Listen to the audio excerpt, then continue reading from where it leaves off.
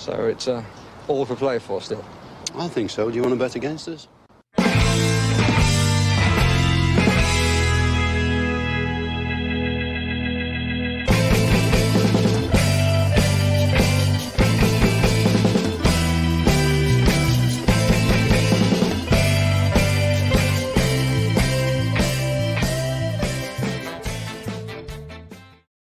Hello, everybody, and welcome to For the Love of Paul McGrath podcast. I suppose a bit of a somber note to come on today because I think it's worthwhile discussing prior to going into Nicolo Zaniolo. Probably the reasons why Aston Villa have been so heavily linked with him this morning in a deal that looks like it's very, very far progressed. A player that Villa actually tried to, or were linked with, I won't say tried to sign, were linked with in January as well, which was really interesting prior to him going to Galatasaray. We'll speak about why he went to Galatasaray, etc., in a moment. But obviously the reason that these links have come about is because it looks like Buendia is going to be out for the season with ACL tear, and it's really devastating for the young man because this preseason has been his best preseason, and he's shown some of the best flashes of form that we've seen from him in an Aston Villa shirt, and things were really clicking for him. Well, I potentially wouldn't have started against Newcastle at the weekend. The bench option that he was becoming was just absolutely fantastic, and those little pockets of space and the understanding he's now developing with Ollie Watkins and John McGinn as well, I think to a lesser degree as well, has been really good. So we wish him all the best. We wish Buendia all the best in his recovery, and hopefully it's one of those recoveries that he gets to come back before the end of the season. Because as I say, he's a real likable player, and this was going to be a big season for him. But looking ahead as well, I suppose the club have moved swiftly, and potentially this was in the offing regardless, but they have moved, and they've moved swiftly, it seems. And according to Fabrizio Romano and quite a lot of other people are now reporting it, is that Italian wide midfielder, attacking midfielder, and striker to a lesser degree, Nicolo Zaniolo, has been linked with Aston Villa in a loan with an option to buy deal. As I mentioned, from memory, I think we were linked with him in January as well. But he's a player that's really intriguing. A lot of people will look at his statistics and go, "Nah, not for me," and that's okay too. If I've always said that when we look at players here on For the Love of Paul McGrath podcast, we look at their statistics. We also look at how they play. We also take into context maybe the team that they're playing in, what they're being asked to do, are they a ball dominant team, etc., etc. And also, I suppose with this player, we would have to take into account the fact that he's just 24 years of age. And he's had 2 ACL injuries, so how his style of play may have changed, how he might have been nursing himself back into full health as well after missing 2 very formative years of his development. And while 10 years ago that would be seen as a massive negative, I think obviously with the improvements in medical treatments, and specifically, I suppose really doctors' understanding of the knee and the reconstruction of a knee, it's not as devastating an injury as it used to be. Thankfully, I had it myself, and I had absolutely no ill effects after it as well, and I didn't get anywhere near the care that a professional footballer would. So there's a lot of context to be taken into account when you look at Zaniolo. Well, let's look, I suppose, at his backstory first. I suppose it's important. I like to look at people at people's careers, and this guy was thought of as one of the most promising players in European football, never mind Italian football, at a young age. His early career, he started off he's a Tuscan native as well, born in Tuscany. Played with the youth system of Fiorentina first of all as well, and then he went on to play with Virtus Entella as well. As a very young player as well. As a young player, made his debut in Serie B at the age of 17 against Benevento, and then he quickly moved on to Inter Milan. Inter Milan paid a pretty decent fee for him at the time, considering he was only 17 years of age. They paid 1.8 million euros with an additional 1.7, and that was in 2017 as well. He initially started off with their what we'll call underage team, their 21s, scored 13 goals and didn't break into the first team at that stage. Didn't break into the first team at any stage, should I say. But then in 2018, Monchi came calling.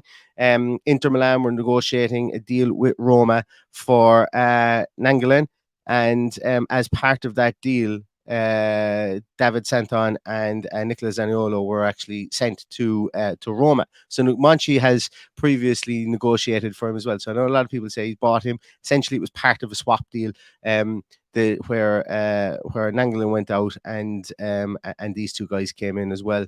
It was really his breakthrough year. His breakthrough time was at Roma, where he began to fulfill his potential. He actually made his he made his debut in the UEFA Champions League, I think, that year as well, if I remember rightly, in 2018. But he was really, really impressive 2018-2019 season as well. And he won the Serie A Young Player of the Year that year. As well, scored twice in the UEFA Champions League that year as well. So, this guy has very, very good talent. Been marred by injuries, two injuries, but we'll get on as well to more context, I think, behind that as well. He began to there was change of managers around Roma. Things weren't exactly lining up correctly for the club itself, and Jose Mourinho came into the club. There was a I don't know. I can't fully figure out whether there was tension between him, but when he was coming back from injury, a lot of he felt he wasn't getting protection from referees, and then Jose Mourinho, from what I can tell, Jose Mourinho may have thrown him under the bus with a comment, and then I suppose relationships began to sour then after that. There's an interesting piece on him, and there's an interesting story on him whereby he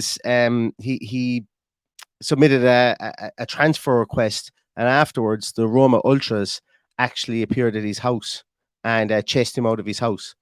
So at that stage, he had to he fled to a completely different city, and it was then that the club agreed to sell him. So the club didn't actually want to sell him.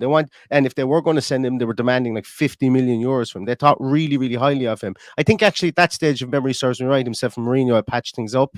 But the fans turned against him, and then they turned against him on the field. They started to boo him after an abject performance, and then they went to his house and chased him out of his house. So he took everybody with him and went to a completely different city. And then he was essentially it was a case whereby he was transfer listed, and no club came in for him. And then if memory serves me right as well, the Turkish league stayed open after the rest of the European leagues closed, and that was why he ended up moving to Galatasaray for 15 million euros, which actually was a Turkish record at the time. So, really interesting kind of story there about Roma. And if you look at his statistics and you just look at those, and you don't look at, I suppose, the whole context behind it, a guy who's had to overcome an awful lot of hardship over the last 3 to 4 years, was coming back, was massively on the comeback trail as well with Roma, and I suppose fortunes didn't really favor him, and there was a perception around him that some of his performances after coming back, he was how should I say it? He was ill-disciplined towards referees. Fans started to take against him, and then I'm sure everybody here will agree with me that no fan should ever turn up at a footballer's house, or no group of fans should ever turn up at a footballer's house to castigate or to voice their feelings. Do it on the field if you want, but not show up to their house. So he ended up at Galatasaray, and that's where he is now. He had a pretty fruitful season at Galatasaray. 11 games, 5 goals. So he needed to move. He knew he needed to play football after losing 2 years in the not so distant past to injury. So he did move on to Galatasaray, and I think it was always kind of expected that from there he wouldn't stay too long and he would move on. Again, he has a 35 million euro release clause at the moment. I would imagine Galatasaray will play hardball, like they're not going to do Aston Villa any favours if Villa do want this, but I would imagine it sounds like it's going to be a loan with an option to buy, and I think that's probably smart from Villa's point of view as well. Bring him in. It's going to be a bit of a faster paced league for him, but has a lot of European experience as well, which is something that it seems that the club are targeting. at the moment. I'm going to go to some of your comments before I share up his stat sheet in a moment. So let's take a little look at some of your comments first. Lot of love coming for Buendia there. Gutted for Buendia. AVFC status says so sad. Jake says, as soon as I saw the link, I thought, wonder if For the Love of Pomegranate is on. Yeah, a lot of people saying gutted for Emi Buendia. Yeah, it's the eve of the Premier League as well. Well, it's eve of the Premier League, and all the hard work has been done. And to have that ripped away from you, not just for one game. Like, it'd be something all right if you rolled an ankle and you were going to be out for the game. That's tough enough. But on the eve of the season, to be told that you're gone for the season, that's going to take an awful lot of mental mental nurturing and strength to kind of come over that one as well. A couple of people here as well have asked about, I suppose, does this change anything with Aaron Ramsey? I probably think it doesn't. I think he's going to go anyway. I don't think it changes anything there, but I think it changes what our outlook on Philippe Coutinho might be. Probably a bit more similar. I think that's what changes. And obviously, this guy coming in here, this guy is the Zaniolo is an interesting character. He's an interesting prospect because, as I say, he can play all the way across the front three. He's a taller player. Like for a wing player, for a central midfielder, for somebody who can for an essential attacking midfielder, and for somebody who can go up top beside Ollie Watkins. He's a taller guy. He's 6'3". We don't have an awful lot of height in our team, and specifically trust Aston Villa to go away and buy height that potentially could be playing out in the wing or in the hole behind the striker. It's not predominantly where you see big, tall players, but that's not to say that it hinders him. Like, he's not a slow, tall player, if that makes sense. We often associate tall players with being cumbersome. He's certainly not. He's fast. He's good with his feet. He's fluid mover. Even after 2 ACL injuries, you see it in him. He's a fluid mover.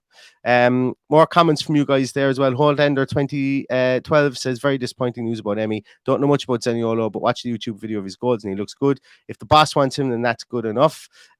Scott Taggart is asking for Kudus. I think the boat has probably sailed on Mohamed Kudus. I think he's going to end up at Brighton, it seems. Where else are we here? Danny Burlingham says, does that mean João Felix is no longer an option? I don't know. I don't know. There's a lot of newspaper articles written about João Felix, but I think João Felix has made it pretty clear that he wants to go to Barcelona, or it's basically Barcelona or nowhere at the moment. Until Barcelona say we aren't going to sign you, I don't think that's really a conversation, I think. But it'd be an interesting. I still, even with this guy coming in, I still think there might be potential for another striker to come in. I'm still holding out hope for my 30-year-old plus striker that comes in and helps that striking department as well for a low fee. I don't know why. It just feels like the right thing to do. Anyway, yeah, so Kat Cannon asks, what does this mean for Coutinho and Dendoncker? I don't think it means anything different for Dendoncker just because of the positions they play, but I think Philippe Coutinho stays an Aston Villa player on the back of this. I think it does. So let's have a little look at some of the statistics here for him. As you know, I've got some stats done up.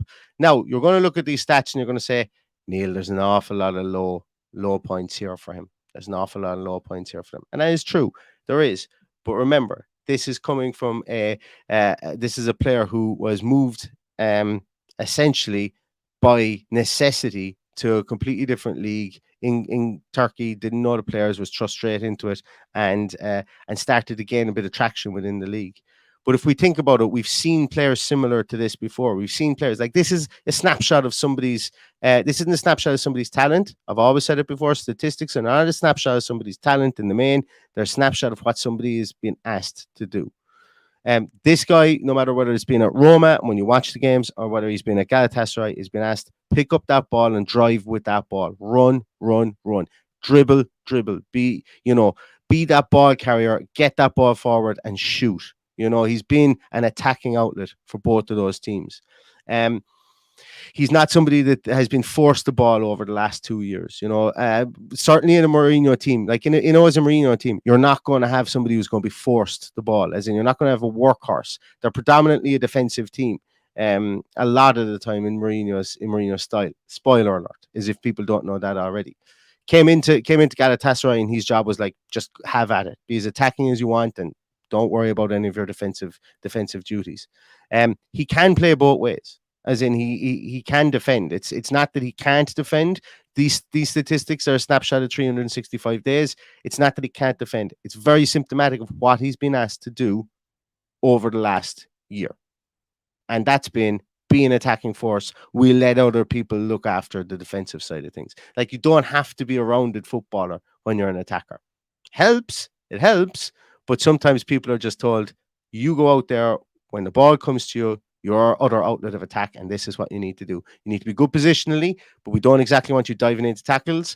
We don't need you. We need you to be there when someone else wins the ball to be able to break quickly and be that guy who carries that ball forward and maybe has a pot shot from 17, 18 yards. And that's what he's been tasked with doing. That's been what he's been tasked with doing. So where I've got a few notes here on his style of play. So he's tall, as I mentioned. I've got him down here at 6'2.5", but most places have him down at 6'3" as well. He's fast and he is known for his dribbling skill. Albeit here we see that his dribble completion rate is do I have it there? Yeah, it comes in at 24.6, which is relatively low. He does dribble quite an awful lot, and I think an awful lot of this is he was really putting an island at Galatasaray, and they actually moved him more into the centre for Galatasaray to play as a striker at times as well. Which means he's going to have tighter competition being in the centre. You know, obviously defenders are going to be all over him, specifically in the Europa League where he played last season as well. He's kind of like, it's I haven't watched many, if any. So we've been linked to him before, so that's why I've watched some footage on him. It's not like this broke at 11 o'clock and Neil went away and watched 2 games in him. So like, if people are going, this guy couldn't have watched those games, that's not the case. We were linked to him in January. That's why I've got some notes written on him here. And I didn't watch an awful lot of his play before the ACLs. And the reason that I didn't was because he was very young. I read people's opinions of him before the ACLs. And as I said, he was young. His style of play potentially could have completely changed, or not even completely changed, but, you know, he's going to be a different player when he comes back because of his youth. He doesn't have that ingrained muscle memory at the top level, I think.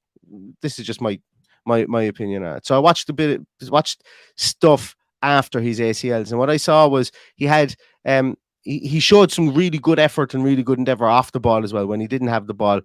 Scored a really good goal against Brescia, and it was a cracker, to be honest with you. Like, he does score some highlight reel goals as well. He's not a kind of an average attacking midfielder type.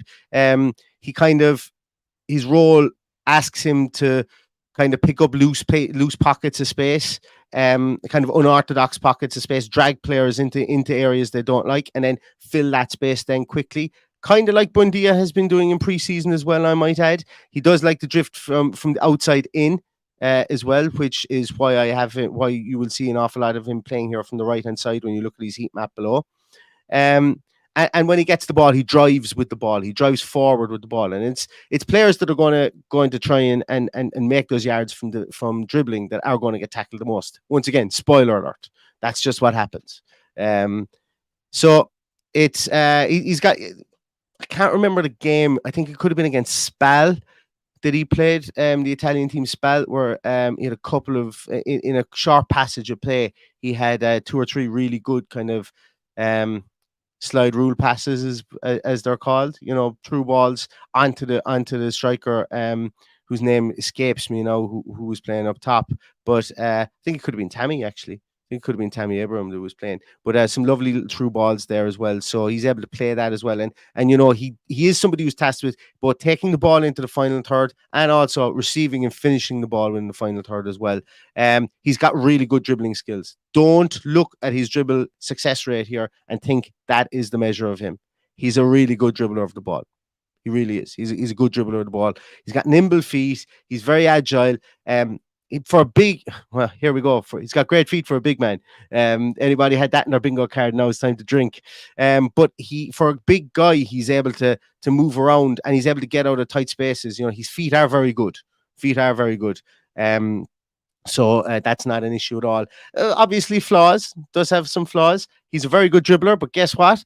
You can be a good dribbler and you can tend to over dribble. You can trust your skill too much. So learning that in the Premier League, I think, is going to be something that's huge, and that's why I think he'll be played more central, where he won't be given, where he won't be able to just click into autopilot and start dribbling with the ball. I think he's going to be moved inside. I think he's going to be a very, very good 1-2 player. I think inside there he's going to be perfect for triangles that Unai Emery has loved to play since he's come into the team. Like that edge of the box player could be him, it could be Watkins, it could be Diaby. There's a nice dichotomy there between the three of them potentially if that was to be the case. He kind of, when he receives the ball, he's back to goal. Sometimes he can kind of get stuck in that position, which isn't a negative really. But, when you look at somebody like maybe Moussa Diaby, he receives his ball from the back when he's back to goal because he's slighter, he's got a slighter frame, he's a smaller man. He needs to have a trick or he needs to have that ability to be able to get turned quickly because somebody will just muscle him off the ball. I think Zaniolo, because he's so big and strong, I think sometimes when he receives the ball when he's back to goal, he can almost invite the pressure too much and kind of get stuck there. I know that might sound really, really kind of cumbersome and plodding, but it's not exactly a negative thing. But for a winger, I wonder why he does it, I suppose, really, for somebody who's played on the wing, has played as an attacking midfielder and hasn't been a target man striker. I just wonder if it's something that maybe they want to be that target man winger, if there is such a thing.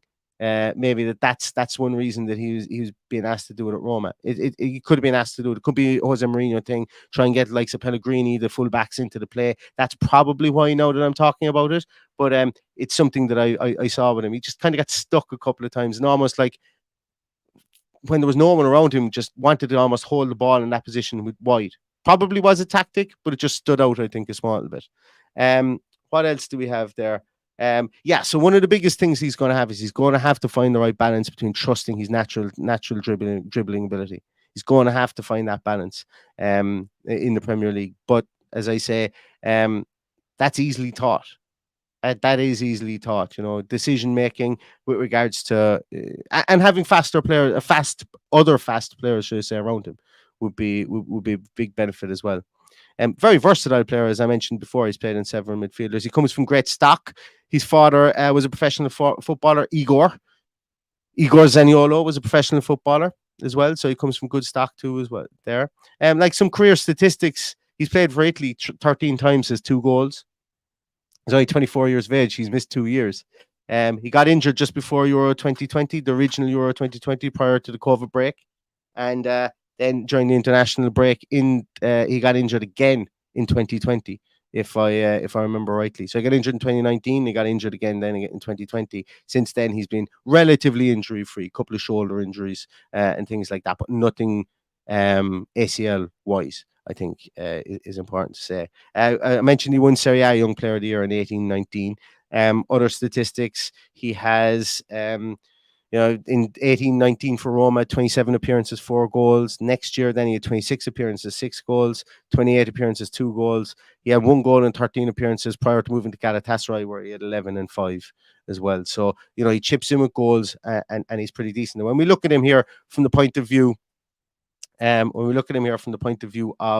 statistics, as I say, that's all context that I wanted to share with you guys with regards to statistics. Put him up against the players that we have at our team already, the Leon Baileys. Obviously, I don't have Mohamed Diaby in here, but Bailey, Coutinho, Buendia. We can see here he shoots more. He's got he's got a better shot on target rate than Buendia did last year. He's pretty decent shot creating actions, really good goal creating actions, far outweighs anybody else in any of those 3 players, should I say here. Dispossessed a lot.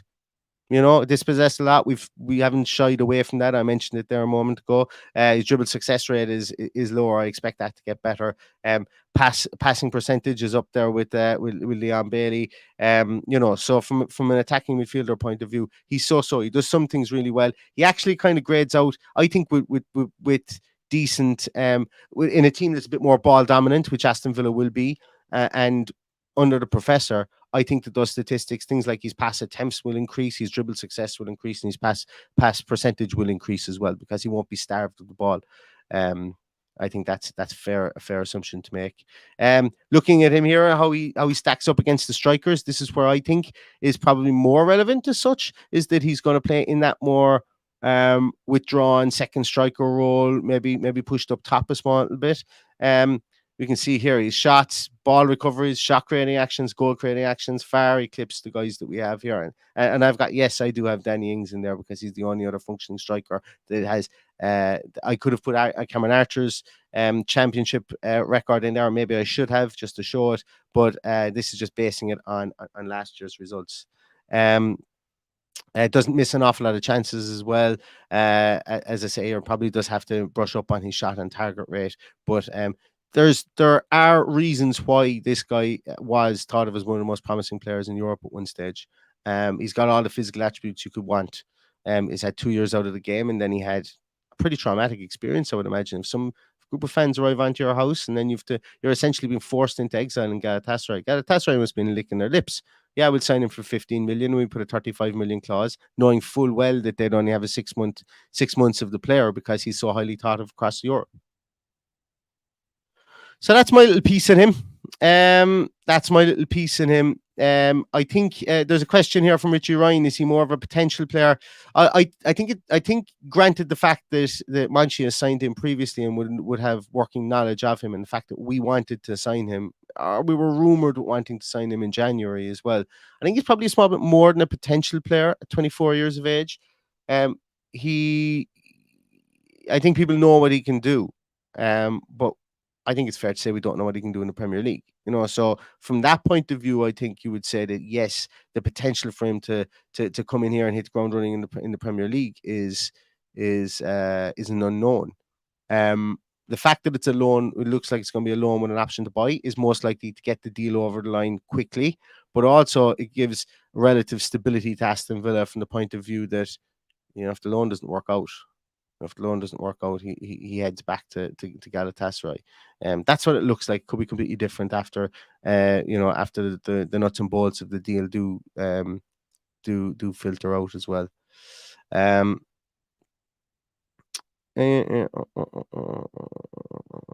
Yeah. So I don't know. Is it a panic deal? There's a couple of people. Yeah, like Jake, you said, there's a massive regression since he was 21. He was injured for 2 of those years, though. So,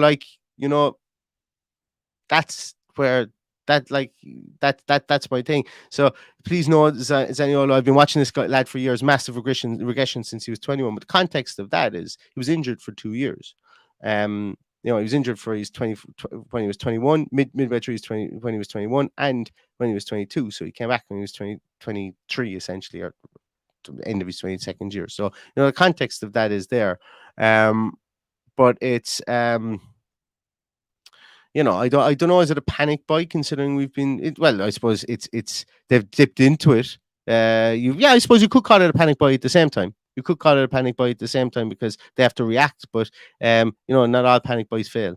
I suppose that's the other end of the story as well, with regards to this. But it's going to be interesting. I'm going to be back later on tonight, guys. I have we will have 1 or 2 other contributors coming on board with podcast over time. And we've got somebody coming on this evening. I think you're going to like him. I think a lot of you will know him from Twitter already. So we're going to have I'm going to want to get his opinion of Nicolo Zaniolo, plus a couple of other players I think that Aston Villa have been linked with. Oh, I'm not even finished. Sorry. I've got loads more slides here. Sorry. But yes. So we will have somebody else on the podcast tonight, and I will give the full introduction to him later on. But somebody, just to try and change it up a small bit. I'll do a lot of these transfer podcasts on my own. Sometimes it'd be nice to have somebody to talk to as well. But before we go through that tonight, which will be at 9:30, I do have another slide here. So I have 2 people's statistics side by side here. This just goes to show about statistics, essentially. So I've got 2 people's statistics side by side here. Neither of them I would be writing home about when we look at the statistics. Pop in the comments there. Can anybody guess who the statistics on the right are? Who owns those stats? And this is where I get to do the countdown music. So pop in the stats there if you think so.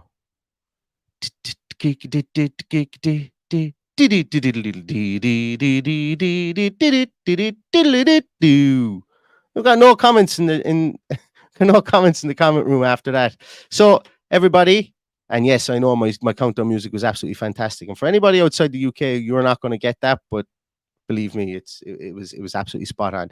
So that person on the right hand side is none other than heavily coveted and somebody that a lot of Aston Villa fans, some Aston Villa fans want, some Aston Villa fans don't want. That is Brennan Johnson, everybody, on the right hand side. So even if we look at these two guys statistically, they stack up similarly enough in terms. And the reason I wanted to show this is because usage of players matters. Brennan Johnson, I've criticized him for some of the things I've seen with him, and I want to see more time with him. That's why I'm against spending 50 million on him. Zaniolo's a loan. Yes, he's nowhere near a perfect solution. I don't know. Sorry, should I say if he's a perfect solution? But that somebody being on a loan and having statistics comparable with Brennan Johnson over the last 365 days, based on the two guys having similar enough usage, I think is and the way that their teams play, obviously not being ball dominant, I think that's it's just something for you guys to mull over. You know, I don't know whether he's going to be a success. I don't know whether he's actually even going to come to Aston Villa. But it just goes to show that, you know, when we were talking about panic buys a moment ago, maybe they're looking at types of players that come in to fit into this team. This is potentially a bit of evidence that shows that they are. You know, the similarity between the two players from a statistical point of view. And the play styles are slightly different, but from a statistical point of view, the similarity between the two players, maybe this is something that they're looking at, and this is just the cheaper option because they didn't expect to have to spend the money on somebody because they had Emi Buendia. Maybe get this guy in, covers two positions for the price of one, get him in on a loan, and maybe that's something that the contingency plan that the club has. I don't know. Anyway, I'm going to leave it at that. 10-minute podcast turned into half an hour, as is my way, and that's my lunch break done once more. So I'm going to see you all later on tonight, 9:30, just for a random, an all-over chat, I suppose, on all things Aston Villa later on tonight. So if you are free, I'd love if you could join us, and we might have more news on Nicolo Zaniolo later on today. So thanks very much, everybody, for watching and for listening. If you like this, give it a thumbs up. If you really like it, consider subscribing to the podcast. But in the meantime, stay safe, stay healthy, and all that's left to say is up the Villa.